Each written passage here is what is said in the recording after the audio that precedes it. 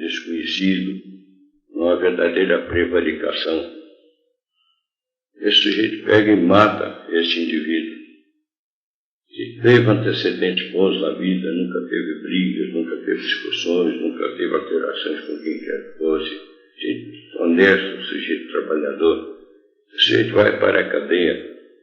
É um processo. O processo às vezes leva 1 ano, 2. Depois vai ser condenado a 5, 8, 10, 15 anos de prisão.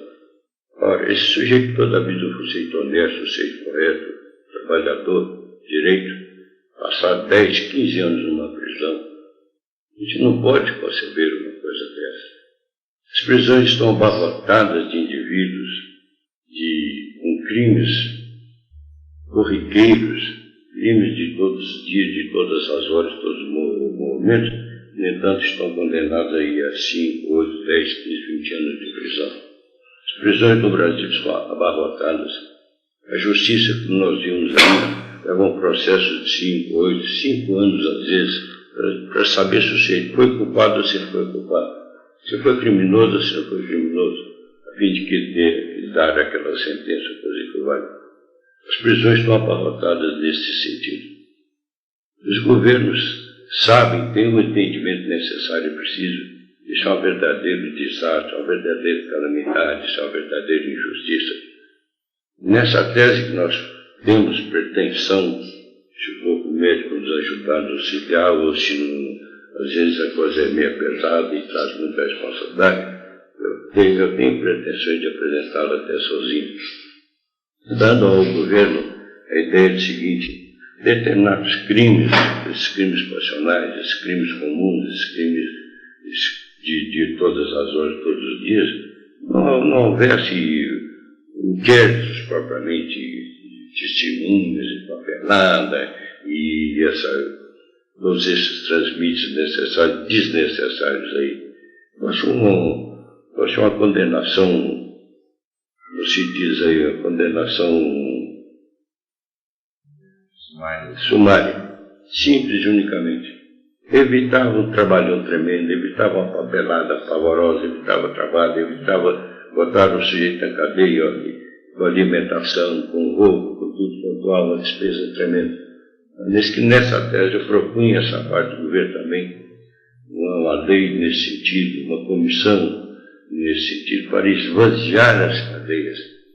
80% de presos não têm necessidade de ficar em cadeias. Fundassem núcleos, como, vamos dizer aí, essas grandes latifundiárias que o governo não está dando uma força, não está olhando, não está examinando, não está fiscalizando, verdadeiro latifundiário do Brasil, com milhares e milhares, até milhões de acres de terra no Amazonas, Goiás, Mato Grosso, para todo lado, para todo canto, terras completamente inúteis. Eles não plantam, eles não produzem, eles não fazem coisíssima nenhuma. E o país a importar arroz, a importar feijão, a importar tudo quanto é necessário e preciso, cebola, alho, essas coisas todas. Por que não tirar esses 80% de presos das cadeias e fundar essas cidades, vamos dizer, que é dado até o nome de Cidade da Redenção, onde eles pudessem viver com as suas famílias, levar suas mulheres, levar seus filhos, vai trabalhar, vai produzir, vai plantar, produzir para o país, produzindo para eles mesmos e ao mesmo tempo cumprindo uma pena junto da esposa e junto dos filhos.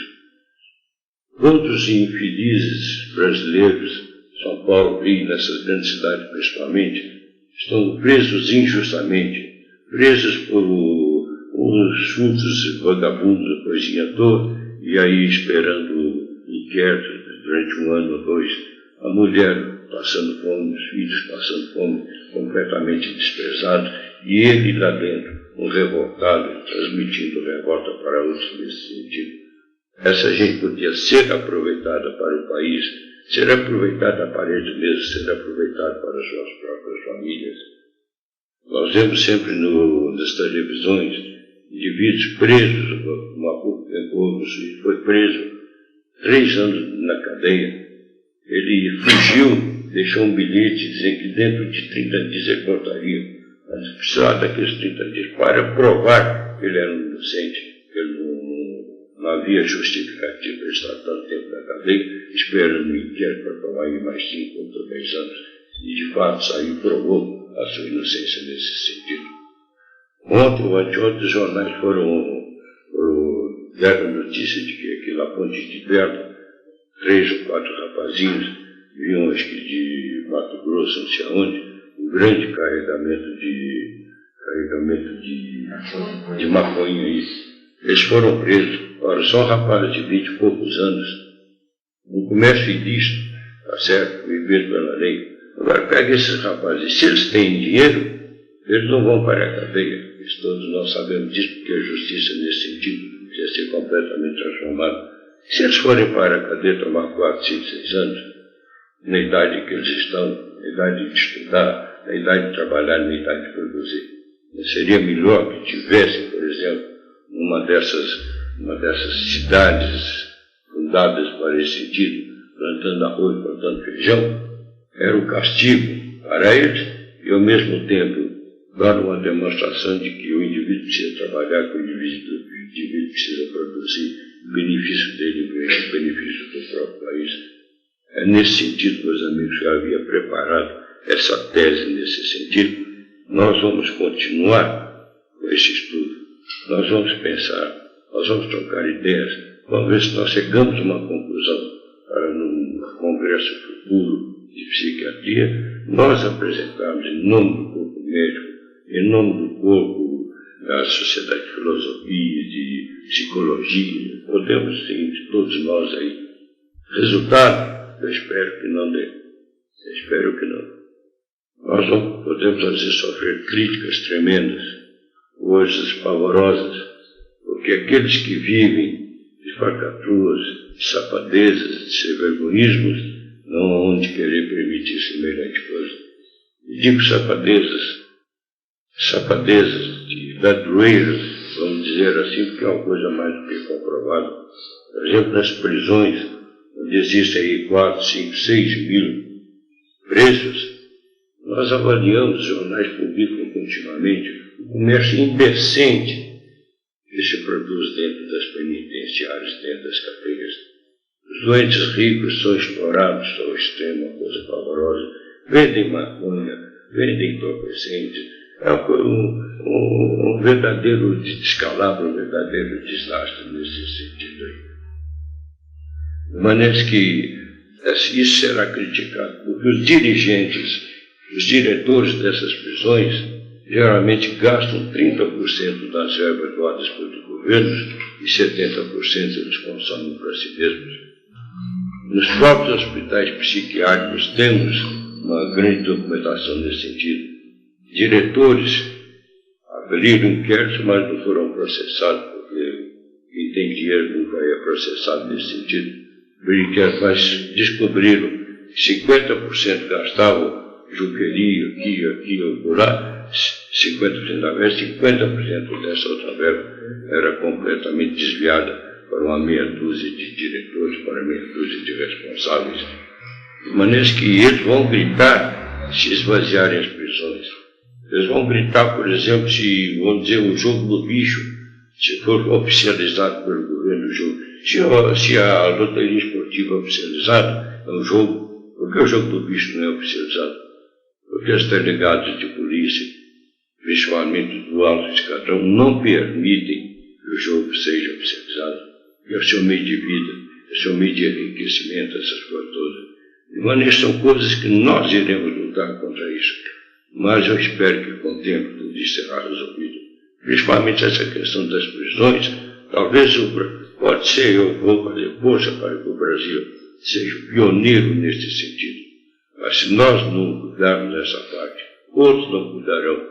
E brevemente nós vamos ter notícia que algum país europeu, algum país africano, um país qualquer asiático, seja lá qual for, pôs essa ideia em execução e com resultados brilhantes, resultados brilhantíssimos. Mas nessa reunião, meus amigos, uma reunião simplesmente informal, uma reunião de troca de ideias, nós iremos Se vocês desejarem, se vocês quiserem cooperar nesse sentido, poderemos ter inúmeras reuniões nesse sentido, até que possamos, então, em síntese, elaborarmos uma tese nesse sentido, para que no futuro conversa nós possamos apresentá-la. Hoje, uma coisa simplesmente informal. Para uma próxima vez, nós podemos fazer uma mesa redonda, podemos fazer aí desse programa de televisão, como é que chama, vamos fazer aqui um verdadeiro pinga-fogo. E cada um tem uma ideia, cada um pensa de uma maneira, cada um tem documentação, cada um tem uma exemplificação, como o Eduardo teve exemplificação no caso dele. E vamos ver se com esse pinga-fogo nós cheguemos a uma conclusão a fim de que darmos ao sanatório, ao corpo médico sanatório, aos representantes desse núcleo do Bittencourt Sampaio, vou dar para o sanatório, para o Uberaba, a primazia dessa ideia que eu tenho certeza plena e absoluta. E mais cedo ou mais tarde ela será realizada de uma maneira ou de outra. De maneira... Eu queria te pedir a palavra do senhor. Nós podíamos aproveitar a sugestão do senhor José Pinga-Fogo e a gente sabe que o Dr. Inácio trabalha no sanatório há mais de 40 anos, ele é diretor clínico e tem, naturalmente, uma experiência muito grande na inter-relação dos problemas psiquiátricos com os problemas espíritas. E isso no início publicando vários livros nesse sentido. Eu acho que seria assim muito oportuno que a gente pudesse até fazer com o senhor Pinga-Fogo, para a gente ouvir do senhor como é que o senhor começou as suas atividades. Quando eu vim para você, nós viemos para cá, eu queria propor a você um Pinga-Fogo hoje, em vez da exposição Isso, a gente poderia fazer perguntas. Dessa tese, depois eu falei, bom, em todo caso, já está aí mais ou menos encaminhado, o sentido seria esse, nós podemos fazer a hora que vocês quiserem, eu estarei à disposição. Hoje eu não digo para vocês, cada um precisa fazer em seus horários determinados. Eu estou à disposição. Uma pergunta aqui. Eu estou à disposição para hoje ou para amanhã, o dia que vocês quiserem, o dia que vocês entenderem. Eu gostaria de saber como é que foi que o senhor acabou trabalhando no sanatório. O senhor disse que fazia clínica e eu queria perguntar se o senhor nessa época já era espírita e como é que o senhor veio para cá, em que época foi que o senhor veio para cá? Eu cheguei a Uberaba em 1929, em dezembro. Em janeiro ou fevereiro eu vim para Uberaba. Eu havia sido expulso do Colégio de Padres 3 vezes ou 4. Porque eu não ia à missa, eu não comungava, não gostava de religião católica, coisa. Eu era um ateu, afinal de contas. Acreditava em Deus, mas não tinha religião, não tinha coisa nenhuma. Fui expulso 3 vezes, mas 3 vezes fui chamado. Porque, sabe, no ginásio aqui, não sei se até hoje ainda tem essa questão de cartões vermelhos, cartão amarelo, cartão verde, jogo de conformidade com a nota que tinha. Eu só tirava 10. Comportamento 10 e aproveitamento 10. De maneira que era um aluno bom. Expulsava 2, 3 dias, depois eu mandava me chamar, voltava eu. Eu chegou a certo ponto que eu não aguentei aqui, fui para o ginásio de Uberlândia, o ginásio dele não era oficializado, e nós fazíamos os nossos exames de preparatórios em Ribeirão Preto, no ginásio de Ribeirão, que era oficializado. Mas que não tinha religião, não coisa de idioma nesse sentido. Vim para Uberaba em janeiro, fevereiro. O sanatório estava em conclusão. E convidaram aí vários médicos, inclusive o Dr. Blanche Fusca, os médicos independentes naquela época, mas nenhum quis aceitar. Nenhum. Procuraram a mim, com a questão de amizade com o Henrique Krieger, essa coisa toda, e eu aceitei. Aceitei e vim desde a inauguração do sanatório. Agora, durante uns 6 meses, 8 meses, 1 ano talvez, eu vim às vezes, por exemplo, à noite aqui no sanatório, para algum doente estava passando mal, eles me avisavam e eu vinha ver aí, e sentava ali do lado de fora enquanto eles estavam em sessões lá dentro. E eu sempre cá comigo, naquele banheiro, pouco de sessão espírita, perdendo tempo, essa bobajada, essa coisa toda, né? Mas com o tempo, contato de doentes, contato de enfermos, eu fui notando, vendo doentes aí que não era um psiquiatra propriamente, era um clínico geral, em geral também, né? Era tudo, afinal de contas. Havia feito o curso de psiquiatria com Henrique Roxo, no Rio de Janeiro. Como responsável do sanatório, estudava muito a psiquiatria, mas muito, demais da conta, para poder dar conta. E fui vendo casos ali de amarradas, ele estava amarrado, fez a cabeça num dia, andava a dar uma determinada injeção, aí naquele tempo era a injeção de sonifênia, é a única que existia nesse sentido. Chegava aqui num dia, 2 depois, aí, veio tomar injeção, não, senhor, não foi preciso, porque ele está completamente bom. Bom, aquilo foi despertando a minha atenção, essa coisa toda, e eu fui vendo que o caso não era de brincadeira. Nesse ínterim eu passei por um trânsito muito grande na minha vida, porque eu era moço, solteiro, meio farrista, e estava amigado, eu amiguei com a mulher.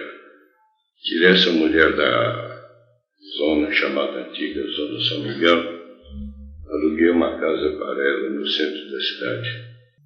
Ela morreu. Eu tive um choque, um baque muito grande, e nesse ínterim o doutor Bezerra, por intermédio da modesta, mandou me chamar aqui no sanatório. Mandou me chamar aqui no sanatório e me deu muito conselho, falou muita coisa, e uma das frases que me levou muito ao espiritismo. Dizia o doutor Bezerra o seguinte: meu filho, a humanidade é tão egoísta, a humanidade é tão atrasada, a humanidade é tão má, não sabe que é muito mais digno um homem tirar uma mulher de um lupanar e encaminhá-la para o seio de famílias, do que tirar uma mulher do seio da família para lançá-la no lupanar. Essa frase me tocou, eu ouvi e senti a realidade daquilo. Aí comecei a frequentar as sessões e comecei a estudar. Agora, eu, na minha vida, eu vou dizer com franqueza, eu li o livro dos Espíritos, li o livro dos Médiuns, nunca li o Evangelho, até hoje. Livro dos Espíritos, livro dos Médiuns e a Gênesis. Foram os 3 livros que eu li. E dessa fase em diante, frequentando os trabalhos, procurando ver, estudando, acompanhando casos, os Espíritos, doutor Bezerra, Vitor Sampaio, Aurélio no Sul, dando as indicações necessárias para observações, é que eu tive coisas maravilhosas aqui e num pinga-fogo. Vocês vão lembrando e a gente vai relembrando os casos. Eu vou engatar outra pergunta aí. Qual foi o caso assim, mais interessante que o senhor viu? Realmente assim, uma convicção que se tratava de uma influenciação espírita mesmo. Influenciação espírita e realidade espírita não foi o caso do sanatório, foi o caso comigo mesmo. O caso comigo mesmo, que já depois de me tornar espírita, frequentando trabalhos, essas coisas todas, uma época 2 amigos me chamaram para ir na inauguração de um cabaré na Rua São Miguel. Nós tínhamos combinado para irmos às 10 horas da noite. A sessão era às 8 horas, eu ia para a sessão. Depois de vários vídeos de evangelho, essa coisa toda, um espírito se apresentou, virou-se para mim, estava sentado também na mesa, disse: meu amigo, você tem um convite para a noite de hoje, e nós, como seus amigos, lhe aconselhamos, não vá. Quem é o médico? Dona Modesta. Eu estava meio começando essa coisa, eu falei: quem sabe se a Dona Modesta soube desse negócio?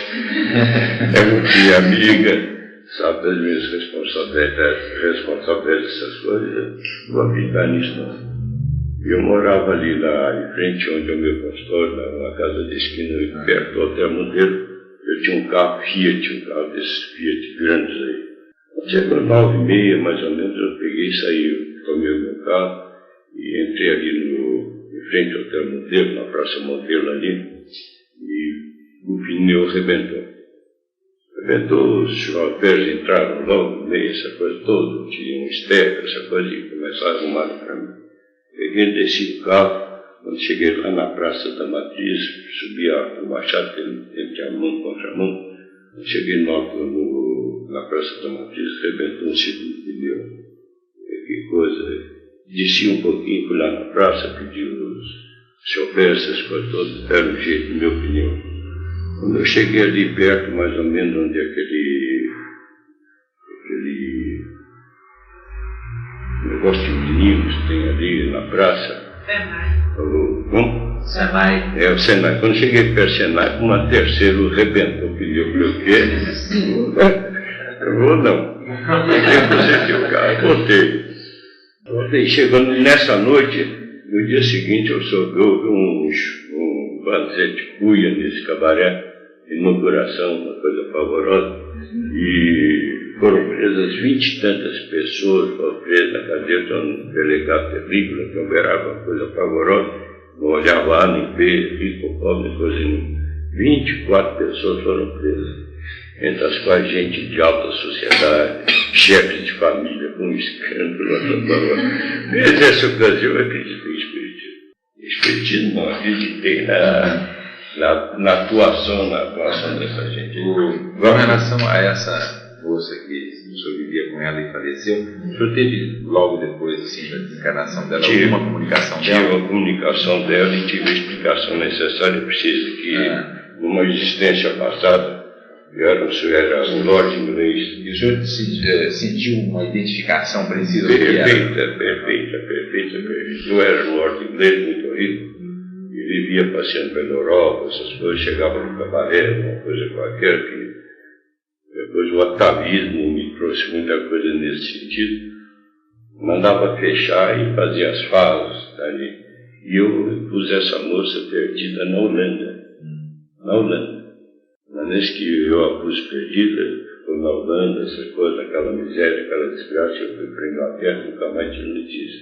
E vim agora nessa reencarnação, com essa obrigação de tirá-la do grupo para pelo lugar. E a identificação era tamanho seguinte, que toda a vida eu tive verdadeira loucura por coisas da Holanda, principalmente testemunhas de vento. Meu consultório tinha tudo quadros muito de vento, e feitos de papelão, feitos de louças, essas coisas, toda a parte que eu via. Ia passear no Rio, São Paulo, vendendo muro, um de vez eu comprava e levava para dentro. E depois disso tive muito mais provas nesse sentido. E ela depois chegou a dar comunicação para o senhor? O senhor chegou a identificar bem o espírito dela, sem dúvida, nitidamente. E uma pergunta, como o senhor veio saber essa identificação, essa esqueça do passado? Identificação? Como o senhor veio saber do esqueça do passado? Do meu passado? Porque nós temos aqui umas reuniões aqui no sanatório, os médicos, o Pierre Janet, Paulo Janet, uma turma de médicos. Essa turma de médicos estava preparando uma turma de estudantes do espaço de espíritos, preparando espíritos do espaço para virem se reencarnarem e seguir principalmente a filosofia, a psicologia e principalmente a psiquiatria. De maneira que esses médicos, por intermédio desta incorporação dela, pegavam um determinado doente, ou de uma maneira geral, davam lições de psiquiatria, filosofia e filosofia. Mas uma coisa tão admirável que nunca mais na minha vida, apesar dos grandes mestres, dos grandes professores, dos grandes oradores que nós temos, nunca mais assisti coisas semelhantes. Coisas maravilhosas. E esses médicos, que a dona Modesta via no gabinete dela e conversava, como nós estamos vendo, conversando aqui, aí eles deram todo o meu passado, o que havia acontecido, o que era, o que não era. E mais uma, que foi comprovada até hoje, mais do que comprovada. E dizia Pierre Janet que eles me chamavam de Caveirinha, porque a turma deles dizia que era a turma dos caveiros do espaço, né? Era um cientista, me chamava de Caveirinha. Caveirinha, nós temos dó de você, porque você vai trabalhar muito, vai ter nome, vai ter acesso em todo lugar, mas você nunca vai ter dinheiro. E até hoje, até hoje eu costumo dizer o seguinte: trabalhei de praia, nunca pude ter relativamente nada, mas eu tenho um ordenado do espaço, com a vantagem de que Esse ordenado de vez em quando vem com a correção monetária.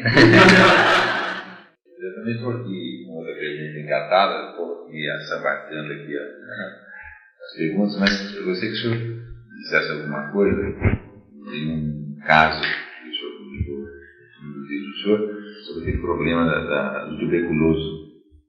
Aquele caso é justamente um caso que nós depois vamos falar, vamos conversar muito sobre a questão de atuação. Vamos dizer como que uma auto-obsessão. Um caso de auto-obsessão. Que era um casal, namorado, noivo, eram noivos. A noiva morreu, tuberculose.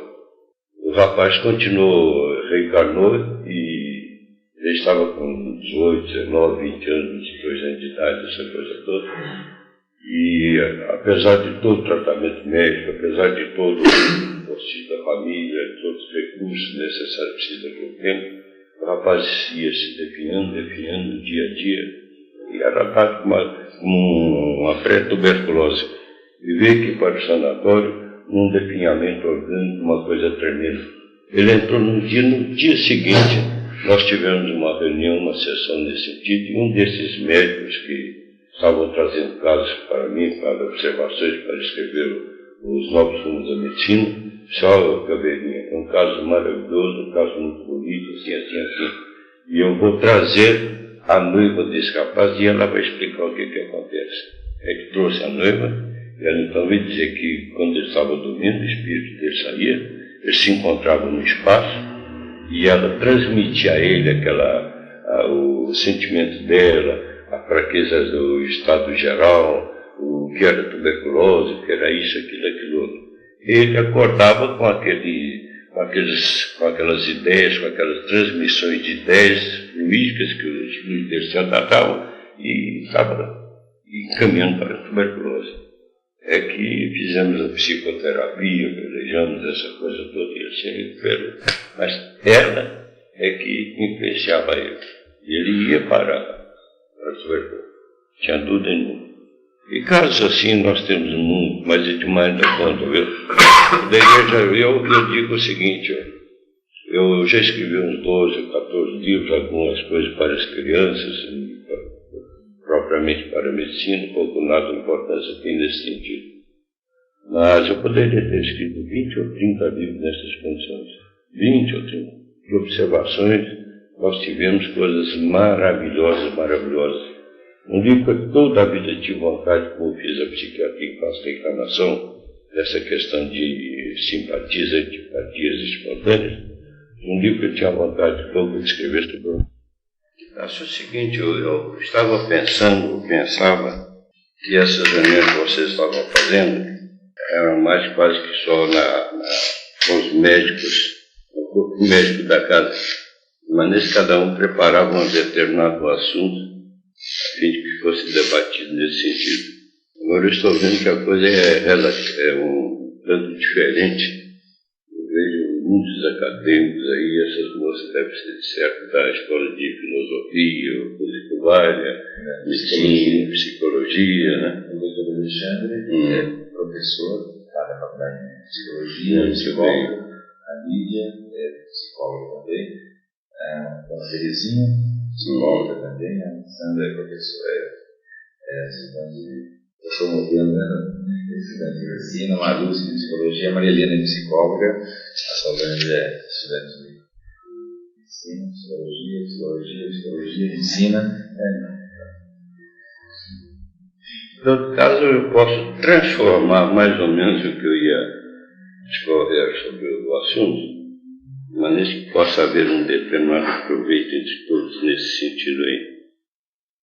Como você disse aí, vamos dizer, na parte de psiquiatria, pelo menos em Uberaba, eu, de fato, fui um dos pioneiros nesse sentido, porque naquela época não existiam médicos psiquiatras na cidade. E eu não era um psiquiatra propriamente, porque no meu tempo, vamos dizer, de 40, 50 anos atrás, não havia essa questão de tanta especialidade em medicina e demais faculdades, demais assuntos, demais partes, componentes para o ensino. Nós fazíamos quase que uma clínica geral, e de fato a clínica geral que representa a verdadeira medicina. Nós fazíamos cursos para tudo quanto é especialidade de hoje. Eu, por exemplo, trabalhei muito em questão fiz muitas operações de amígdalas, narizes, varizes, reumatismos e fraturas, partos, fazia de tudo, afinal de contas. E essa que é a verdadeira medicina que eu entendo. Hoje em dia, infelizmente, a medicina descambou para uma marcha, em vez de ascendente, eu digo mesmo descendente, porque existe especialidade para tudo quanto há. Até em traumatismo, vamos dizer, e fraturas, existe uma especialidade para fraturas de membros superiores, existe um especialista para fraturas de membros inferiores, existe especialista para fraturas faciais, essa coisa toda. Vamos, eu estou dizendo para vocês aqui, não é para questão de desânimo, não é pessimismo, não é coisíssimo nenhum. Estou dizendo aquilo que eu sinto, aquilo que vai dentro da minha alma, aquilo que vai dentro do meu entendimento, que vai principalmente dentro da minha prática de 40 e tantos anos de trabalho e de serviço.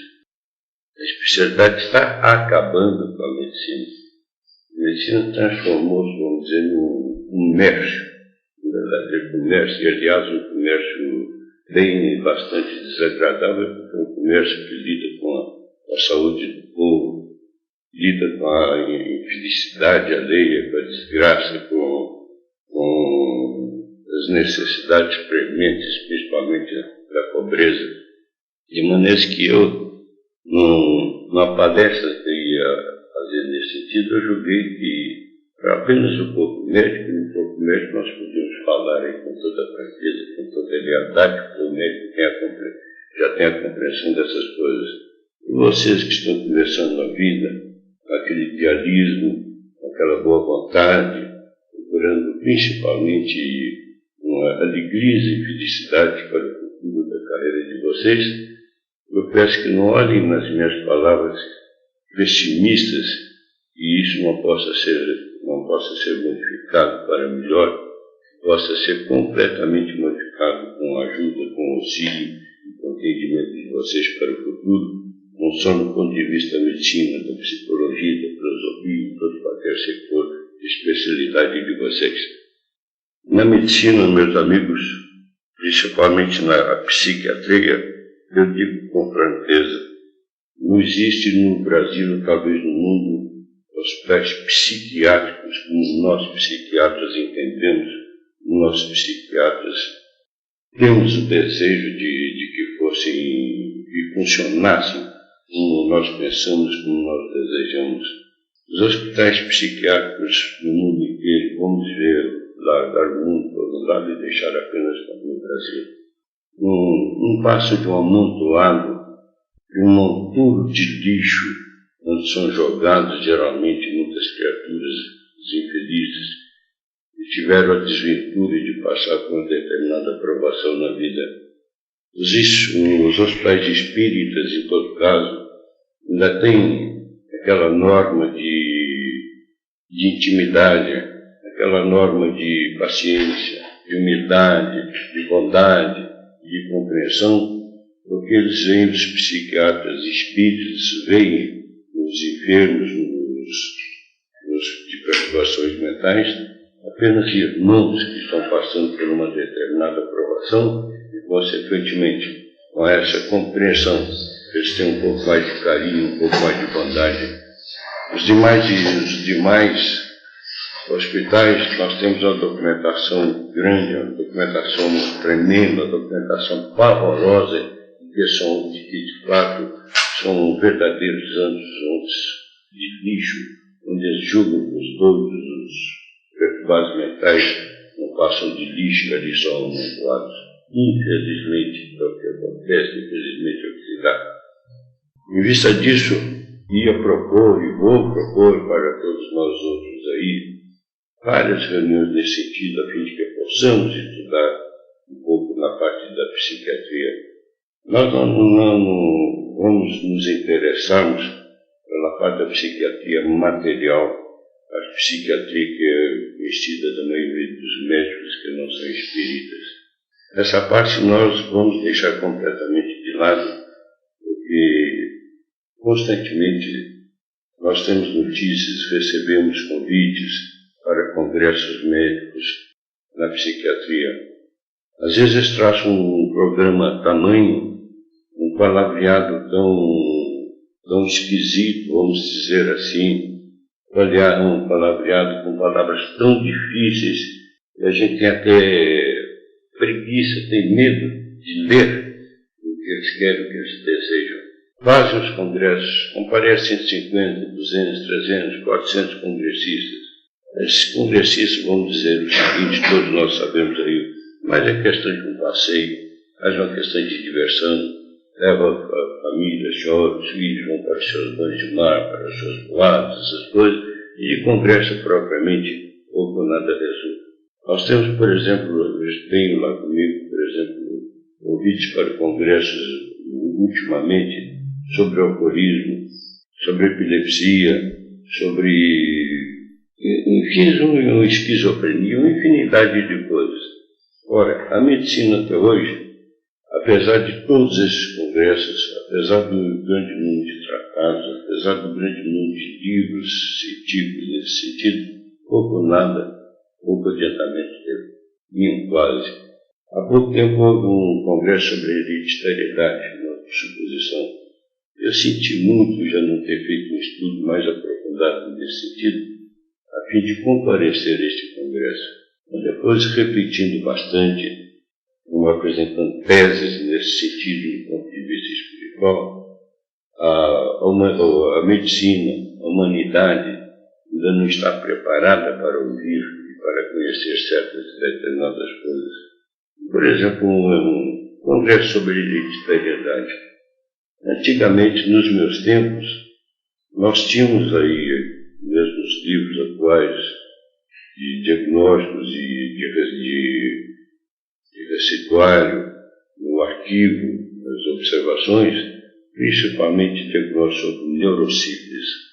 Antigamente, todo caso esquisito, todo caso de degeneração, todo caso, vamos dizer, quase que incuráveis, a medicina jogava, e ainda hoje não deixa de jogar um caso sobre a questão de sífilis dos pais, dos avós, dos bisavós. Ora, nós espíritas nos entendemos, por exemplo, que a maioria desses casos não tem nada relativamente com a hereditariedade. Se nós formos, por exemplo, aqui relembrar pela história da medicina, pela história dos grandes cientistas, dos grandes descobridores nesse sentido, nós vamos ver inúmeros casos aqui. Por exemplo, vamos dizer Shakespeare, por exemplo, um dos grandes literatos do mundo, que é hoje falado, hoje conceituado, ele era filho de um açougueiro mal sucedido e chegou a ir até a falência. O Beethoven, por exemplo, era filho de uma empregada e filho de um pai ébrio. Beethoven, uma infinidade nessas condições, eram filhos de camponeses, filhos de pais ébrios, de mães domésticas, essas coisas, e um verdadeiro saco de onde tirou essa hereditariedade.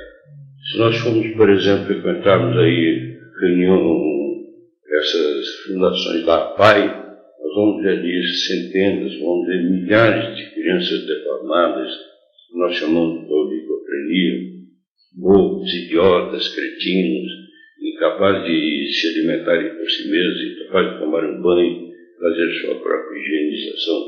A medicina considera isso o quê? Hereditariedade, sífilis, aos espíritos, sabendo perfeitamente bem que não deixam de ser espíritos e provas para os pais, provas para a família, provas para a sociedade, provas para eles mesmos. Basta disso. No entanto, a medicina, desconhecendo essas coisas, joga para o lado de sífilis ou coisa que vale. Nessas condições, nós tínhamos procurado fazer esse estudo aqui e pedido até mesmo a todos os médicos e aos nossos amigos do nosso corpo médico do sanatório, o que eles pensavam a respeito dessas coisas. E recebi de todos eles aí, o Dr. Eduardo, o Dr. Paulo, o Vicente, todos eles deram o necessário e preciso. Ainda não tive um tempo para fazer um estudo mais profundo daquilo, mas pelo que eu vi, mais ou menos, todos eles correspondiam às perguntas que eu havia feito.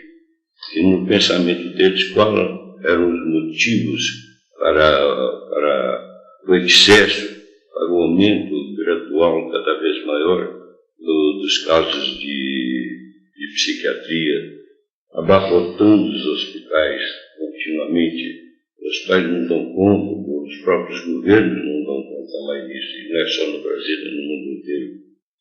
Eu tinha proposto a mim mesmo apresentar em algum dos congressos futuros uma tese nesse sentido. Muitas moças me procuram de vez em quando, verdadeiras turmas de escola normal, filosofia, e todas as outras aí, perguntando a mim, para a fim de fazer as observações dadas em aula sobre a loucura. Na minha opinião, qual é a origem maior, o motivo maior da loucura que se estende dia a dia? A minha resposta toda a vida foi uma só: progresso. Não vou para o lado de cívios, não vou para o lado de psicossocial, questão de ginecologia, enfim, de transtornos, de traumatismos, de situações kármicas, de biologia, na parte social, parte traumática, parte espiritual. Só digo o seguinte, para resumo, é o progresso. E de fato, meus amigos, o progresso é que tem feito isso, mas um progresso que é natural, o mundo tem que progredir, ele não pode parar, ele não pode retroceder, não pode retroagir. Mas um progresso completamente desvirtuado, completamente desequilibrado. E eu havia procurado fazer comigo mesmo uma tese para que o corpo médico do sanatório apresentasse um futuro congresso, dando como as causas verdadeiras um estudo profundo, dando uma demonstração de que aquilo é uma verdadeira realidade. Em vez de discutirmos coisas materiais, em vez de discutirmos esses tratados aí que quase que no final das contas a gente espremendo não sai coisíssima nenhuma, nós iríamos apontar as verdadeiras causas, principalmente nas psicoses hoje em dia. Todos nós vivemos num ambiente de medo, num ambiente de cisma, num ambiente de agitação, de ansiedade, de depressão, ansiedade, enfim, essa parte que não deixa de trazer a nós outros, proporcionar a nós outros uma vida de intranquilidade, uma vida de desassossego. E por que isso, meus amigos? Tudo isso tem uma origem.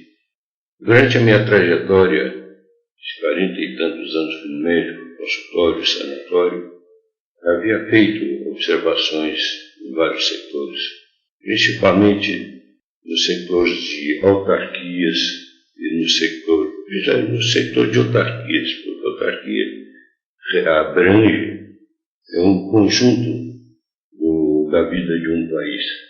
Vamos dar um exemplo, uma suposição. Eu tinha uma documentação grande nesse sentido para trazer, para provar essas coisas do governo que traz a infelicidade, a desgraça e a inquietação de pessoas, de criaturas humanas. Vamos aqui, por exemplo, eu tinha 150 documentos desses. Infelizmente me roubaram. Eu fiquei com muito poucos, mas vou recomeçar aqui. Aqui, por exemplo, tem um documento seguinte. Esse xerox de protocolo de um pedido de aposentadoria, cuja carta do leitor publicamos semana passada, pasmem, o pedido foi feito em 1975 e até hoje nega o requerente tem 42 anos de serviço, bola preta. Imagina um pedido de aposentadoria de 1975, resultado de uma autarquia do governo. Esse requerente, se ele requerer aposentadoria, de certo não sei pobre, se necessitado, se ele trabalhou 20 anos, 30 anos, dando uma parte da sua vida, dando parte da sua energia para o bem-estar do governo, para o bem-estar do país, numa repartição do governo, o que ele vai encontrar? E contra isso, resultado é um revoltado contra essas autarquias. Outros aqui, por exemplo, sobre um advogado, um guarda de trânsito, pegou numa determinada infração. Esse advogado deu-lhe uma nota de 100 cruzeiros.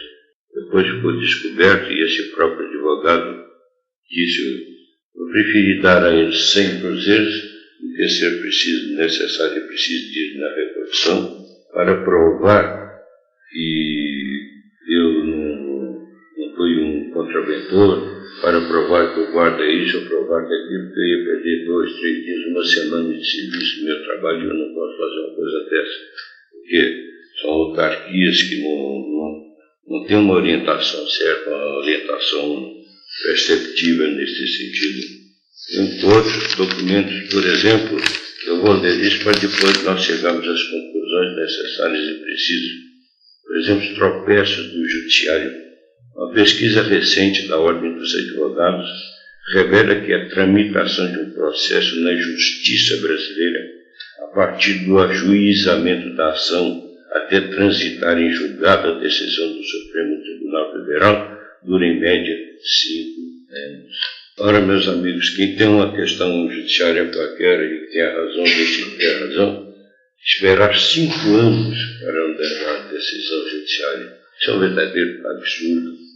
O governo já está mais ou menos acordando para esse sentido, que é uma das partes da nossa tese, e a última, semana passada, semana atrasada, houve uma modificação plena das leis brasileiras e os juízes estão completamente revoltados porque o acúmulo de processos nas suas mãos, ou por falta de tempo, e a maioria por desídio, por preguiça, por indiferentismo, o progresso dos processos de 2, 3, 4, 5 anos nas suas mãos.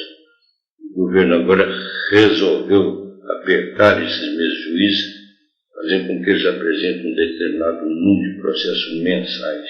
Mas que a grita é geral, porque ninguém quer trabalhar, ninguém está ligando importância para essas coisas aqui. E outros sentido, e nessas condições, por exemplo, aqui um advogado quer combater o crime com a parapsicologia. É mais ou menos um resultado da nossa tese futura nesse sentido. Um outro, por exemplo, vamos dizer o seguinte: vivemos, de fato, numa época de medo, época de inquietação, de desassossego. Vamos dizer entre nós aqui, por exemplo, moramos em Uberaba, mas se nós morássemos no Rio, morássemos, por exemplo, em São Paulo, e víssemos na rua um sujeito todo ensanguentado, machucado, com fraturas, essa coisa toda, vítima de uma briga, vítima de uma tentativa de assassinato, vítima de um atropelamento, ou coisa que vale, pela atlética, pela grandeza de alma e de coração, se a gente vê uma coisa dessa, pega aquele indivíduo, põe no seu carro, põe no seu automóvel e vai levá-lo no hospital para receber os primeiros socorros necessários e precisos. Na época, na fase que nós atravessamos, eu pergunto: vocês teriam coragem de pegar esse indivíduo e levar para uma casa de saúde? É possível. É possível. Mas se pensar bem... Se me permitir, eu vou mostrar uma experiência que eu tive nesse sentido. Quando eu morava em São Paulo, eu estava subindo a Avenida Repouso, voltando do trabalho, quando um senhor foi atropelado. E eu parei na outra pista, ascendente, que é muito próximo do Hospital das Clínicas, onde uma padaria, veio um senhor, me ajudou a colocar o atropelado dentro do meu carro, e E esse senhor foi junto comigo. E tem mais ou menos uns 500 metros do local ao Hospital das Clínicas. Fomos ao pronto-socorro, chamamos o médico. A hora que o médico veio, constatou a morte do atropelado. Então, tinha que ser encaminhado para o Instituto Médico Legal. Eu fiquei com esse, era mais ou menos umas 5 horas da tarde, eu fiquei com esse morto dentro do meu carro, 6 horas rodando para encontrar um meio de encaminhar o corpo. Fui ao Instituto Médico Legal, eles disseram que precisava ir à delegacia. Fui numa delegacia, não era aquela delegacia, me mandaram para outra, e assim, fiquei até às 11 horas da noite com o morto dentro do meu carro. Por coincidência, esse morto não tinha documento, não tinha nada, e a minha sorte é que eu estava acompanhado, porque senão eu seria ainda passível de ser processado pelo fato de estar carregando um morto dentro do meu carro, podendo ser o atropelador, né? Justamente a minha conclusão é o caso de se pensar, porque principalmente nós espíritas, precisa ser espírita, todo indivíduo de compreensão caridoso faz um caso desse. Mas nós estamos atravessando uma época de incompreensão, uma época de força, e num caso desse é preciso a gente pensar muito para poder socorrer esse indivíduo. É o seguinte, o que aconteceu com um determinado indivíduo em São Paulo. Viu-se que foi uma briga, em São Paulo, no Rio, uma briga terrível, uma coisa pavorosa, um preto, todo ensanguentado. Ele pedia pelo amor de Deus, me ajuda, pelo amor de Deus, me auxilia. Todo mundo passava, às vezes o carro parava, olhava e pisava no acelerador, sumia, ninguém acudia. O centro de conduído pegou e levou para o hospital. Porque no hospital não havia possibilidade de dar o socorro necessário, precisou para um segundo. Quer dizer que estou gastando tempo, perdendo tempo, essa coisa toda. Então chegou no hospital e entregou o enfermo, essa coisa, foi saindo. Um guarda chamou: ô seu fulano, faça o obséquio, por favor, vem cá. O senhor precisa agora dar os dados necessários, precisa aqui no hospital. Mas eu não tenho dados, eu não tenho documento, não tem coisa nenhuma. Então só nós temos que ir na delegacia para o senhor fazer, o senhor depor. Mas o que? Eu estou fazendo uma caridade, coisa não, mas quem que vai dizer que o senhor, por exemplo, que não matou esse sujeito, por outro, que não machucou esse indivíduo? Se esse sujeito morava, aquele paciente entrava, baseado em que ela não fazia isso baseado na evidência. Na evidência, porque às vezes estava na escada de sanatório, o pessoal estava chegando de carro, devido a amarrar, porque naquela época eles amarravam com corda de bacalhau, corda dessa grossura. Hoje tem mais recursos, mas corda de bacalhau é uma coisa pavorosa. Gente forte, diz uma coisa medonha. 6, 8 homens em caminhões, em carroça, essas coisas todas. Ela, do alto, ela via o espírito que estava obsedando, sentia os guias que estavam segurando aquele espírito, essa coisa toda, que os espíritos não atuavam no doente, aí pegavam e desamavam. Eles ficavam doidos, não, já tinha paciência, né? Pois não, desamavam. Ela via que o espírito estava seguro pelos guias espirituais, consequentemente não havia mais perigo, mandava desamarrar e levava para ele. Era pela evidência. O senhor disse que antes no sanatório havia uma equipe de médicos e entrava em sintonia com os espíritos obsessores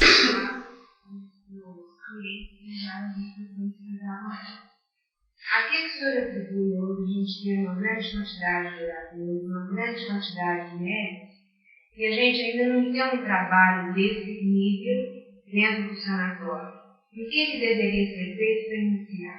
É justamente o que eu estou querendo nessa tese que eu estava querendo promover, é o seguinte: o meio espírita hoje no Brasil anda muito desvirtuado, né? É demais da conta. É muito desvirtuado em tudo por tudo. Agora nós temos tido aí esses outros grandes oradores, Isso é o Alto está fazendo isso para poder manter equilibrado o que os espíritas fizeram até hoje. Porque se esses grandes oradores não tivessem essa propaganda tremenda no Brasil e no exterior, o espiritismo estava numa decadência tremenda, uma coisa pavorosa. Porque hoje ninguém quer mais trabalhar, ninguém quer mais produzir. Haver, por exemplo, uma coisa qualquer que ele fazer no centro espírita, uma diversão qualquer aí. Se tem diversão, se há diversão, cantos, danças e bailes, essas coisas, juntam centenas, até milhares. Mas é uma coisa um pouco mais séria para trabalhar, para produzir, os componentes são muito poucos. É muito poucos. E os médicos espíritas, por exemplo, ultimamente, olha o que nós temos de médicos. Nós temos centenas já, talvez até milhares de médicos espíritas na psiquiatria, em todo ramo que seja. Qual é a obra que nós temos nesse sítio? Temos pouco, não temos nada. Quer dizer que o espiritismo está paralisado. Foi o que eu conversei ontem com esse nosso amigo, o doutor, como é que é o nome dele? Lacerda. Doutor Lacerda, e foi com ele e aquele outro senhor de Brasília. Ele estava admirado do que estava se fazendo aqui no sanatório, essa coisa toda aí. Eu falei, vocês não fazem no Porto Alegre por quê? Ah, pois não. Porto Alegre vocês não fazem, a culpa de vocês mesmos. Você, por exemplo, é um dos culpados. Porque vocês deixaram o INAMPS, deixaram os médicos dominar uma instituição espírita, eu aqui em Veracruz nunca deixei nem deixo. Nunca deixei nem deixaria, porque eu tinha que, a diretoria do centro, se quiser, o INAMPS, o governo, exigir o corpo médico que para proibir sessões de sanatório, proibir passos, essas coisas, eu sou o primeiro a pedir demissão. Ou então, se a diretoria me der apoio, eu proponho essa diretoria transformar o sanatório numa pensão, num hotel, uma coisa qualquer, porque ele perde finalidade. Para qual ele foi fundado. Você poderia ilustrar com mais casos como que era essa equipe de médicos que tinham como que eles trabalhavam, como que eles recebiam os pacientes, como que eram tratados esses pacientes? Esses pacientes, geralmente, eu não tinha envolvimento nenhum com eles. Na parte de receituário, na parte de tratamento, nem coisa nenhuma. Eu não me envolvi com esses doentes. Eles escolhiam um determinado. A maioria das vezes não era um determinado doente propriamente. Eles desenvolviam uma tese, por exemplo, esquizofrenia, ou epilepsia, ou alcoolismo, essas coisas todas, uma determinada tese. Mas uma coisa, eu até hoje eu tenho um sentimento tremendo, naquele tempo não haviam gravadores, essas coisas, não ter gravado essas palestras.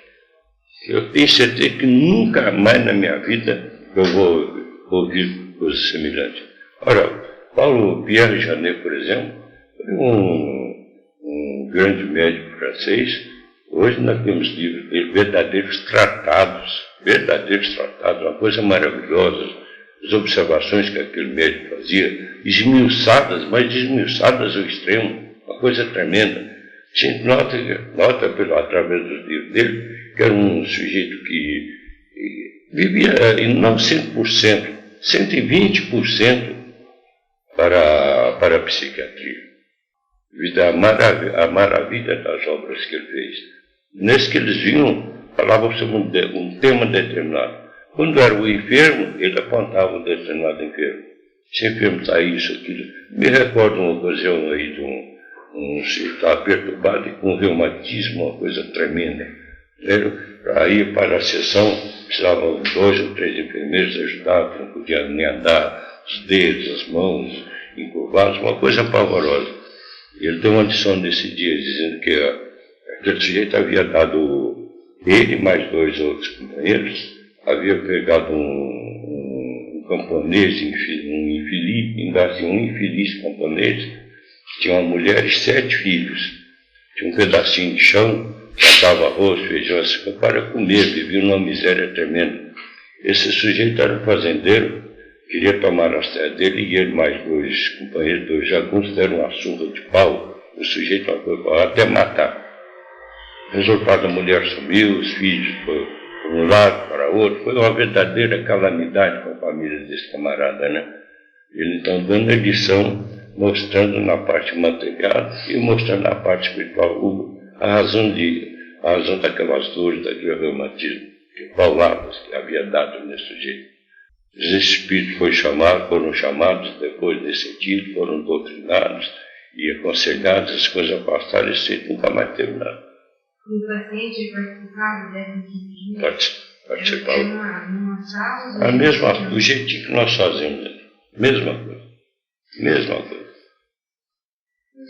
Não havia diferença nesse sentido. Como é que isso é feito?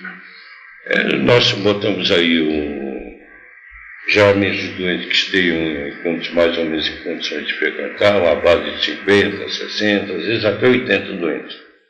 Quando tem médios suficientes, nós botamos médio doente, fazer espécie de uma corrente, né? Quando não temos médios suficientes, botamos uma carreira de doentes sentados e um médio em cada extremidade daquela fila. E no momento faz as leituras, passa, evangelho, essa coisa, depois faz os passos curadores.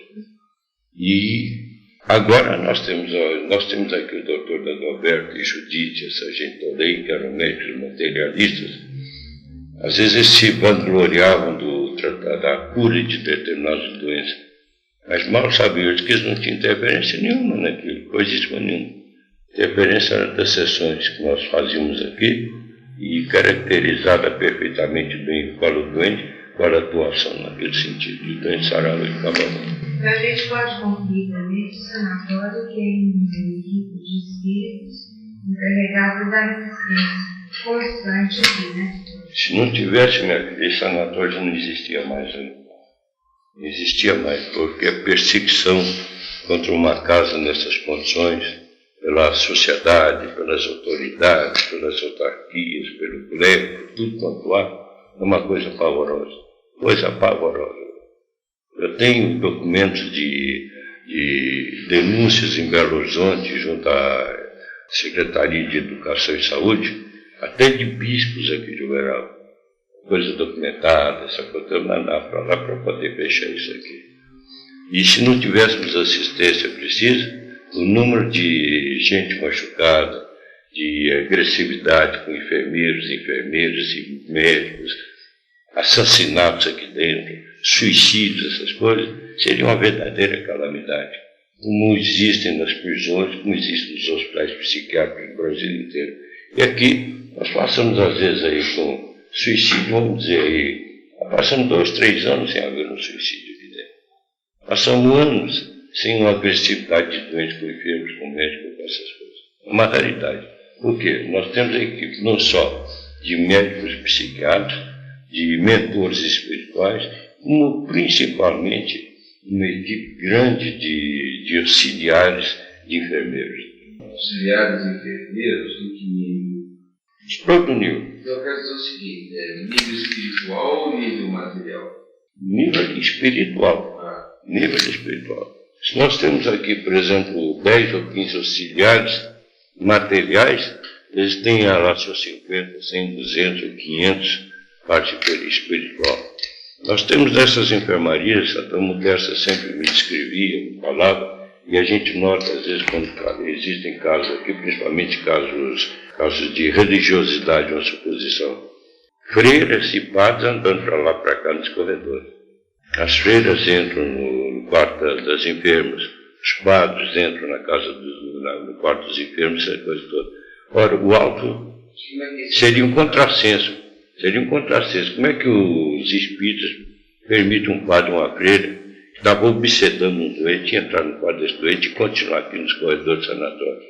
Mas não é um contrassenso. Eles permitem porque esse padre e essa freira vê uma coisa, ouve outra, sente outra. Em pouco tempo ela larga completamente a sua religiosidade e vê que o espiritismo, na realidade, porque ela sabe que morreu, está ali com o espírito, consequentemente. Não existe tal céu, inferno, purgatório, que era o preconizado para eles, né? E aí como é que você percebeu? Como? Como é que você percebeu? Médio vidente. E o que vocês consideram aqui como médio? No momento, eu digo com franqueza, nem médio vidente. Alguns falam que veem determinadas coisas aqui, mas Eu não confio muito, não. Não confio muito. Nós estamos num momento, principalmente aqui no sanatório, de médios videntes, médios auditivos e psicográficos. Eu não conheço nem até de incorporação. Nós temos tido aqui uma dificuldade tremenda. Agora, pela prática que nós temos, nós sabemos perfeitamente bem que para uma sessão de desobsessão não há necessidade de meio de incorporação. É uma raridade acontecer isso.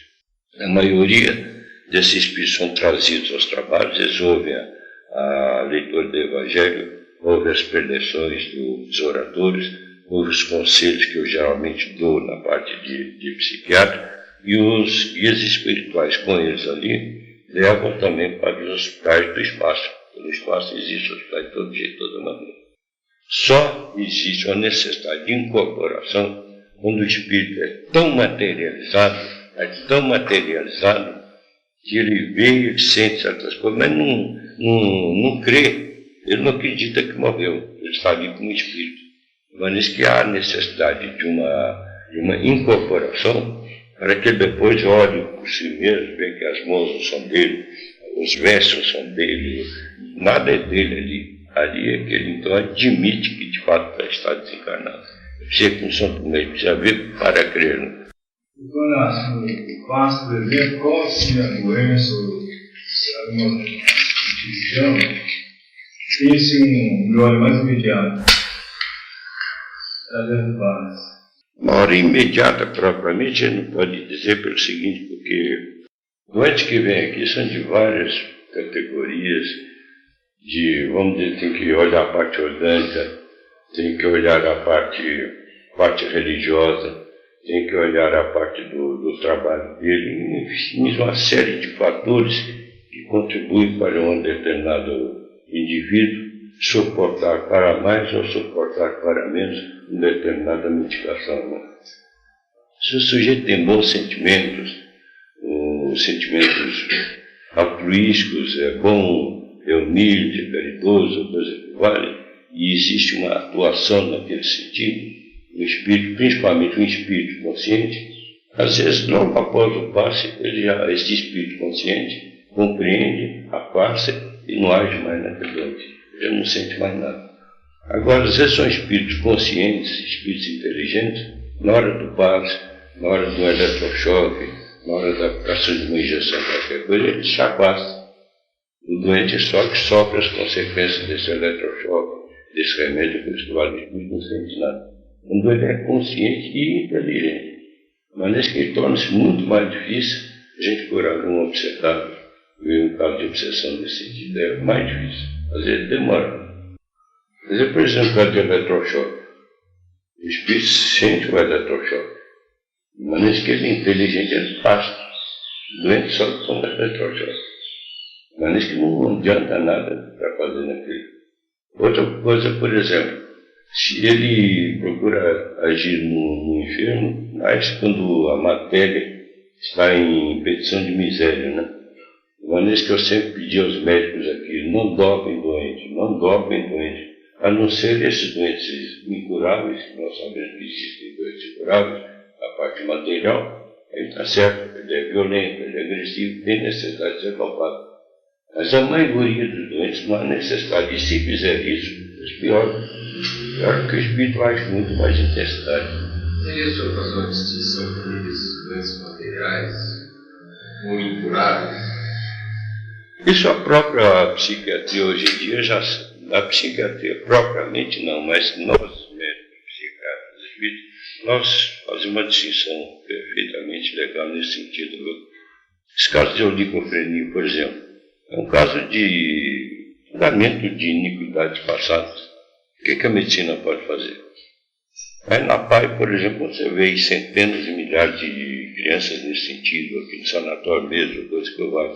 Não tem recurso. O recurso único é dar carinho, dar amparo e ajudar, afinal de contas, a cumprir aquela missão que ele está cumprindo. Porque recurso de cura, essas coisas não existem, não há possibilidade. Isso seria, no caso dos vários espíritos e não matéria. É simples e unicamente que o carinho, a amizade, sinceridade, o espírito ele pode ser o bobo, mais idiota do mundo, entendeu? Mas o espírito está percebendo tudo aquilo. E agradece o que a pessoa está fazendo por ele. Agora, você fica jogado propriamente, brutalizado, e judiado, espancado, coisa que vale, aí a revolta é maior ainda, né?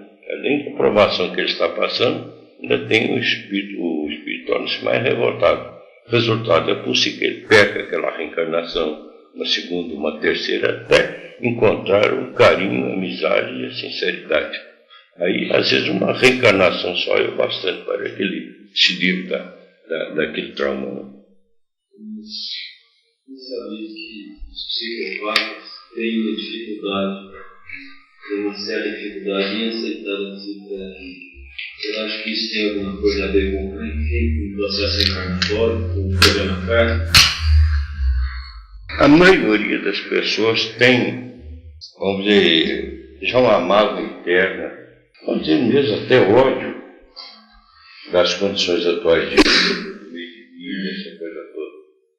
De maneira que seja lá qual for a religião da qual ele veio, por exemplo, o católico, o protestante, que houve lá aquelas pregações maravilhosas, o que o Cristo fez, a bondade, a sinceridade, a humildade, essa coisa toda. Da fora ele vem sentir o diabo, vem uma revolta contra Deus. Deus é esse, dá riqueza para uns, pobreza para outros, dá beleza para uns, feiura para outros, dá conforto e desconforto, tudo mais. Ele torna-se um revoltado. De maneira que vem na parte espiritual, logo ele sente o que ele não encontrou no catolicismo, encontrou no protestantismo, encontrou lá na sociedade, ele não vem encontrar aqui também.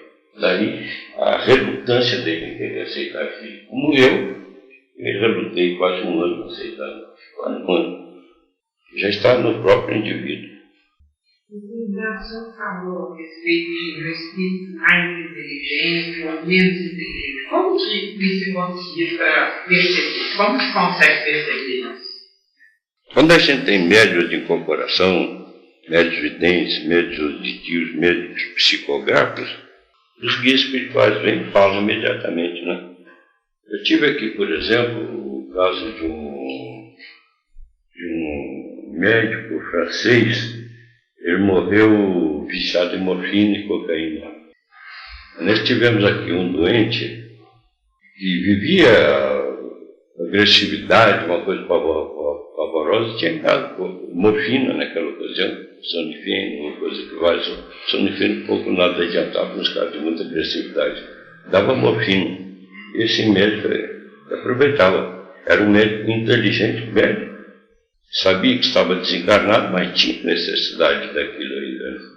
Até que o médico vidente, desse corpo de médicos, avisou, falou quanto à modéstia, essa coisa, nós tomamos as providências necessárias e precisas e fizemos o possível para atraí-lo nas sessões de doutrinar, essa coisa toda.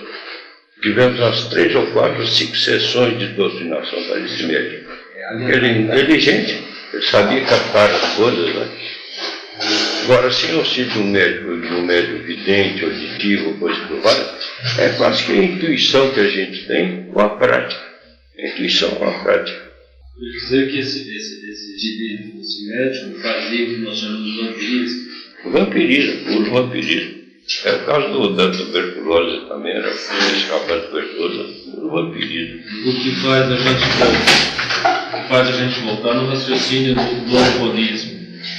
Até que ponto o alcoólatra é utilizado e até que ponto aquilo é adquirido aqui nessa encarnação, vamos dizer. O que o senhor acha? Nós estamos fazendo distinção entre bebedor, cachaceiro e alcoólatra. Eu, por exemplo, sou um bebedor. No tempo de frio, eu compro minha caixazinha de cerveja em lata. Eu tomo meia lata. No tempo do verão, tomo meia lata de copo. Cerveja, eu boto na geladeira e tomo jantar. No tempo de frio, eu pegava uma garrafa de vinho, eu tomo meio copo de vinho no almoço, meio copo de vinho. Na geladeira, dá 4, 5, 6 dias. Quer dizer que eu sou relativamente um bebedor. Né? Agora, o alcoólatra, você pode estar na certeza plena e absoluta de que eu queria, nesse livro de eu fazer a conversação, 90 ou 98 ou 100% são casos espirituais. Casos espirituais não tem dúvida nenhuma. Puramente casos espirituais. São espíritos que morreram alcoolizados, estão no espaço, assim como eu, cigarro, eu já sempre veni. No meu caixão vocês botam uns tantos cigarros, umas caixas de fora. Uma temporada eu vou passar apertado. A gente leva aquilo. Aqui está entranhado com o espírito, nós levamos conosco essas coisas. O cachaceiro deve morrer alcoolizado, essa coisa intoxicada. Chega no espaço e fica doido atrás de bebida. Quando ele chega perto de você, o diabo de beber, que nunca na vida bebeu, o fluido se acata. Aquela pessoa dá aquela vontade doida de beber, bebe, o espírito que sente. Então, consequentemente, a gente pode, não sei se a gente poderia deduzir, que no caso, por exemplo, do cigarro ou do álcool, quando a pessoa tem esse laço, fica uma sequela, por assim dizer, não tem dúvida nenhuma. Assim como você leva com você os seus sentimentos maus, sentimentos ruins, que estão arraigados, estão estereotipados no perispírito, a mesma coisa são os vícios. É o cigarro, é o alcoolismo, são cocaína, morfina, essa coisa toda. Uma temporada grande, fica feito louco. Que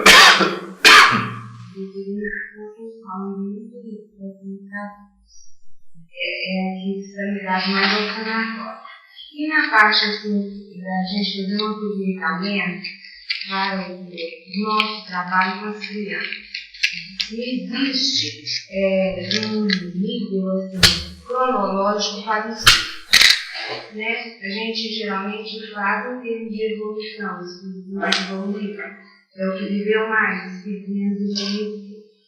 Como que a gente poderia justificar as aflições das crianças que aparecem nos nossos consultórios, assim, em termos de atenuar as aflições em quadros neuróticos e em quadros físicos? Às vezes vocês podem pensar, muita gente não tem uma compreensão vasta de doutrina propriamente, a pensar que a gente é assim, fanático. Você está bem orientado, eu estou mal orientado. Podem pensar que eu sou fanático, uma coisa que eu valho. Mas eu tenho lá no meu consultório uma quadrinha que diz assim, eu me lembro depois da quadrinha, eu lhe digo, deixa passar mais um bocado aí. Mas dá-se o seguinte, quem não cair no espiritismo, na lei da reencarnação, principalmente vocês moças e rapazes que estudam psicologia, estudam a filosofia, quem não se basear na lei da reencarnação não consegue nada. Nada. Porque a criança, quando criança já é um espírito encarnado, ele traz consigo tudo quanto os sentimentos bons, os sentimentos maus, o altruístico, seja o que vício, seja o que for. Se essa criança for encaminhada, por isso que nós temos as escolas dominicais, for encaminhada às escolas dominicais, o aproveitamento será de 80%, 90%, 100%. Se não forem encaminhados, o resultado cai na mão de médicos. Vão tirar sangue, vão dar injeção na criança, vão dar remédio, vão dar isso, vão dar aquilo. Não adianta, não resolve. Eu quero o seguinte, deve ser mais fácil ter essa experiência clínica com crianças do que com adultos, porque a gente sabe que o espírito, no processo de reencarnação, há o esquecimento, né, das experiências anteriores, das vidas anteriores. Mas que esse esquecimento, ele se processa lentamente. Ele é relativo. Então, a criança, ela traz uma intuição muito grande. Não tem dúvida nenhuma. Né, que está ligada a essa vida anterior. Perfeitamente. Então, seria mais fácil a atuação Muito clínica mais. da gente sobre essa coisa. É muito mais fácil. Já ajudando no meio espírita nesse sentido. Procurando a mãe, o pai encaminhar no estudo da doutrina, essa coisa toda. Porque ele estuda aí, vamos dizer, sobre o catolicismo, sobre o protestantismo, sobre isso, sobre aquilo não tem uma base concreta naquela. Não existe uma base concreta. Já no Espiritismo, no Livro dos Espíritos, por exemplo, tudo quanto é pergunta que a gente tem em mente e faz, nós vamos encontrar a resposta para aquilo. Não tem dúvida nenhuma. Tem resistência em prática dessas informações. Mas a gente poderia também ter conduta de se esclarecer, orientar quem não ouve. Pode esclarecer o pai, esclarecer a mãe, mas nós temos que combater, infelizmente, também o orgulho e a vaidade. São os dois fatores maiores que são pedras verdadeiras, pedras de tropeço na nossa carreira, na sua, na minha, mesmo filosofia desse pessoal aí, só é o orgulho e a vaidade. Quanta gente do oeste ficam doidos aqui em Uberaba, famílias importantes, eles não procuram um sanatório aqui de jeito nenhum. Em primeiro lugar, porque geralmente são católicos, ou isso, aquilo, aquilo outro. Em segundo lugar, é da alta sociedade, todo mundo vai comentar, fulano, está lá no sanatório. Uma forma que seja mais próximo de a gente poder auxiliar a criança. Você acredita que essas técnicas, isso que a gente tem assim, procurado conhecer, não, a técnica, de que maneira nós podemos ajudar? A técnica ajuda muito, mas demais da conta, entendeu? Mas se você não pôr no fundo do perispírito da criança, da pessoa, porque nosso perispírito é uma verdadeira biblioteca.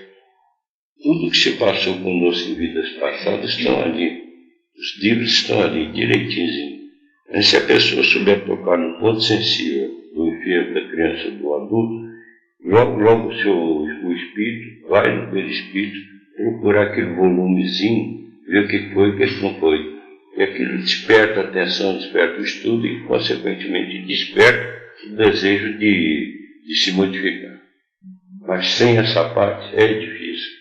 Você pode ter sua técnica lá, pode ter seus cursos, pode fazer os seus ensinamentos, essa coisa toda, mas se não tocar naquele pontozinho sensível, não dá. E falei em ponto sensível, por exemplo, como eu estou dizendo para vocês, não é questão de fanatismo, é questão de experiência, que 40 e tantos anos aqui dentro não é brincadeira, não. Eu posso lhe citar o caso de um espírito, ele era... Não me recordo assim de momento, tinha anotação nesse sentido, uma nacionalidade estrangeira aí. Esse sujeito atuava numa senhora aqui, nós já tínhamos pelejado, mas muito pelejado de todo jeito, de toda maneira. Já estava aqui no sanatório uns 2 ou 3 meses, um caso típico de obsessão, mas típico, quando não pudesse dizia, os guias espirituais diziam essa coisa toda. Agora, esses espíritos também têm a sua especialidade, como por exemplo, o Dr. Bezerra de Menezes, o Olímpio Barçanuco, essas coisas, eles não intervêm em determinados setores da vida privada do espírito ou da atuação do espírito. Eles são mais na parte espiritual, na parte evangélica, né? De maneira que eles falavam cada um deles, esse é um caso típico de obsessão, tal. Até que um belo dia, houve um trabalho aqui, essa mulher estava até na cadeira, nós tínhamos uma cadeira de força, que nós chamávamos, ela muito agitada, muito violenta, punha na cadeira, os braços amarrados, as pernas também. Nós levamos na sexta e veio uma entidade para ser doutrinada. E deixei que esse espírito falasse à vontade. O meu costume, deixa falar à vontade para ver se corresponde com tal doença. E imediatamente eu percebi que a doença era com aquela mulher. E comecei a conversar com ele sobre o evangelho, sobre isso, aquilo, outro. Ele me xingava, ele me agredia, me debochava, uma coisa pavorosa, um espírito inteligente, terrível. Até que um momento, nós temos que trabalhar nessa, porque temos as nossas intuições necessárias e precisas. Até que um momento eu falei com ele, meu amigo, você já conversamos bastante, você não quer aceitar os nossos argumentos, você não quer aceitar os nossos conselhos. Nesse caso, eu vou fazer o seguinte, eu vou tirar do bolso meu lenço, tinha um lenço branco, e vou lhe abanar como se fosse uma despedida. Quando eu falei assim, esse espírito havia se levantado, esbravejando, ele caiu, sentou-se na cadeira, pôs a mão assim, começou a soluçar, começou a chorar. Aí não houve mais possibilidade de conversa nem nada, isso, Os guias vieram, se incorporaram e foi embora. Na sessão seguinte, ele voltou, ainda chorando essa coisa. Meu amigo, você tocou no ponto sensível da minha vida, da minha alma. Eu fui um sujeito, tive uma fase feliz na minha vida. Eu era rico, eu tinha posses, essa coisa toda. E havia ido num baile de camponeses, e gostando muito de uma moça nessas condições assim. E no momento da nossa despedida, eu prometi a ela que ia na minha terra e voltaria. No momento da nossa despedida, ela pegou um lenço e abanou para mim com despedida. E isso nunca mais me esqueci desse lenço branco. Você tocou nesse ponto e eu lembrei da minha felicidade aqui. Eu me arrependo que ela começou a dizer que aprendi a fazer as coisas. Nunca mais a mulher saiu por completo. Quer dizer o seguinte, tocar no ponto sensível. E está na bibliotecazinha. Se souber tocar aquele ponto sensível, muito bem. Se não souber. Agora, não sendo espírita, não tem conhecimento de reencarnação, como é que vai descobrir esse ponto sensível físico? Só por acaso, às vezes, uma intuição. Uma intuição. É que geralmente eu trabalho com crianças, né? E lá gosto muito de contato com as crianças. E o que eu sinto muito aqui no trabalho, apesar de a gente ver as técnicas, tudo, o que existe mais é alguma ligação, sabe? Assim, que a gente não sabe explicar o que é. Por exemplo, entre a gente e a criança. Então parece que a gente aquele desejo, seja ajuda. Então, o senhor acredita que isso também poderia, e mesmo não conhecer esses pontos? Por exemplo, que a gente parece que tenta entrar assim, na criança, tenta. Você é psicologia? É. Psicologia. O trabalho de vocês na psicologia é muito mais bonito, muito mais importante, muito mais de significação do que o nosso na psiquiatria. E nós estamos pegando aqueles que já estão na curva da vida. Vocês estão pegando aqueles que estão começando. Mas que a missão de vocês é uma das missões mais sublimes, vamos dizer assim, uma das missões mais sublimes. Mas que às vezes basta a boa vontade de vocês, basta o interesse, basta o idealismo, não precisa ser espírito, não. Mas o seu sentimento para com a criança, o seu idealismo, a sua bondade, você pode estar na certeza absoluta que está sempre rodeada de entidades maravilhosas e dando a intuição necessária e precisa para você cumprir com a sua missão, com o seu dever. Não precisa ser espírito, não precisa ser carta, não precisa ser nada. Mas a boa vontade do sentimento, a verdadeira religião da criatura, o Deus olha que Deus é, a vontade, o sentimento, são sentimentos bons, afinal de contas, né? Honestidade, a caridade, essa coisa toda. Vocês fazendo isso, vocês estavam sempre rodeadas de entidades maravilhosas, dando a vocês todo o apoio necessário. Vocês podem estar na certeza absoluta disso. Inclusive, eu sinto uma coisa, por exemplo, na presença sempre mais em relação à criança. Se eu estou em qualquer ambiente, ou no ônibus, ou em qualquer situação, eu sinto as crianças me olhando, se dirigindo a mim de uma forma, querendo se aproximar. Sabe, assim, isso parece que existe uma ligação. Não, existe uma ligação muito mais do que você pensa. Porque se você está nesse campo da criança, por exemplo, você, coisas de vidas passadas suas, de maus tratos, de indelicadeza, de ruindade, de maldade, essa coisa toda, essas crianças como espíritos, às vezes vêm ficar sobre o seu domínio, sobre a sua orientação, essa coisa toda, de maneira que muitas vezes eles vão te agredir com palavras, com olhares, com parte física, de qualquer maneira. Você não tem ali somente espíritos bons que têm afinidade com você, não. Você vai ter, na maioria das vezes, espíritos inimigos. Você mesmo pediu para trazê-los aqui para você poder ressarcir o mal que você praticou para com eles.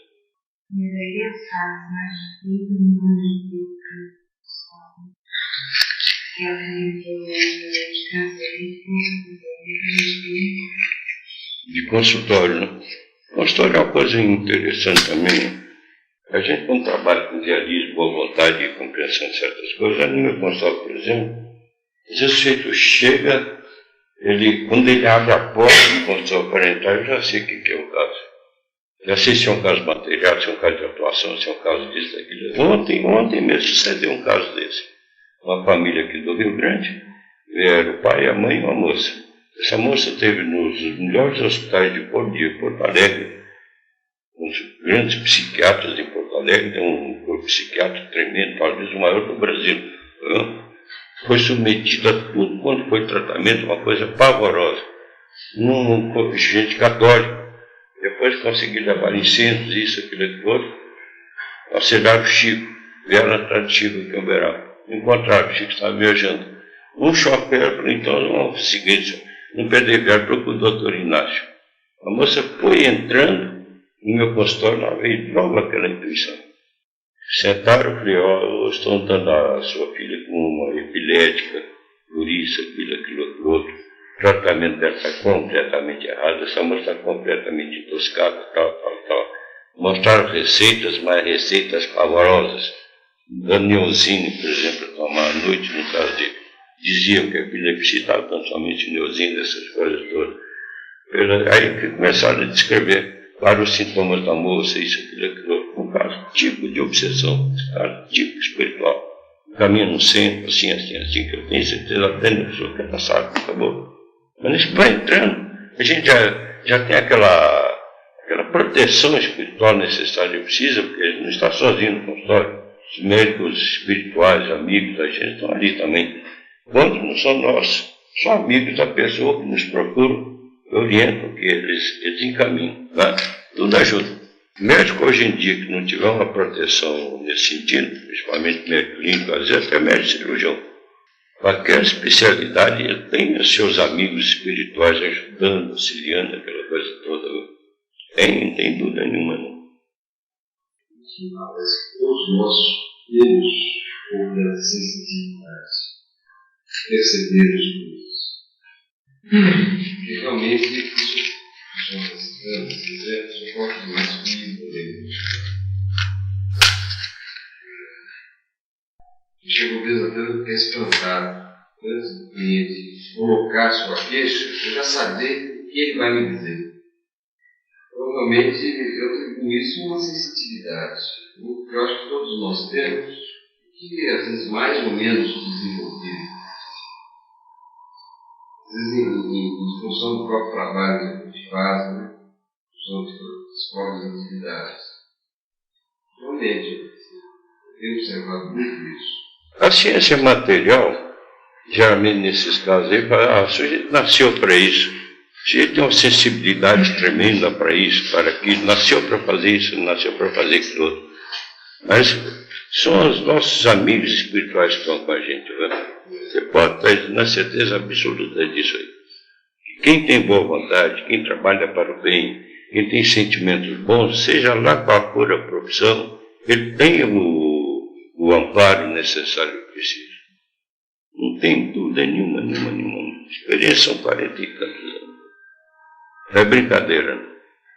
Mas nesse vocês querem, às vezes estão cansados aí. Eu não me canso. Se vocês quiserem ficar aqui o dia inteiro, eu fico. Não tem importância nenhuma, não. A última semana, aliás. Mas quantas vezes vocês quiserem aí, vocês vão pensando nessa tese que eu estou fazendo, se quiserem estudar aí para depois fazer também o pinga-fogo sobre a tese, o pinga-fogo sobre a parte espiritual, eu estou às ordens de vocês. Quando quiser. Nós ficamos combinados. É mesmo já com antecedência que nós temos sempre os nossos demarcadores marcados. Mas nós podemos ficar combinados o último sábado do mês que vem. Tá certo? Está um mês. E eu lembro que no segundo sábado do mês é o professor Carlos Pepe. Nós vamos ter a continuação do trabalho dele.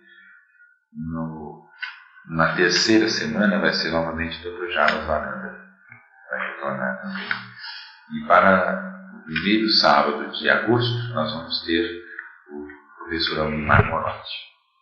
É filósofo e espírita também, então vai abordar a possibilidade de integração do espiritismo com as correntes filosóficas que nós chamamos. E nós agradecemos a presença de todos e para aqueles que chegaram depois do início, a Ângelo Edson, Sandra Leida e outros, nós queremos dizer o seguinte, que A palestra programada era do Dr. José Lacerda de Azevedo sobre apometria de Porto Alegre, mas ele esteve na cidade, mas teve que retornar rapidamente para Porto Alegre, por isso que nós suspendemos. E o Dr. Inácio já estava programado para o dia de hoje mesmo, por isso que nós tivemos então a aparição do Dr. Inácio. Nós queremos agradecer ao Dr. Inácio. Continuaremos com o Pinga Fogo no último sábado do mês que vem.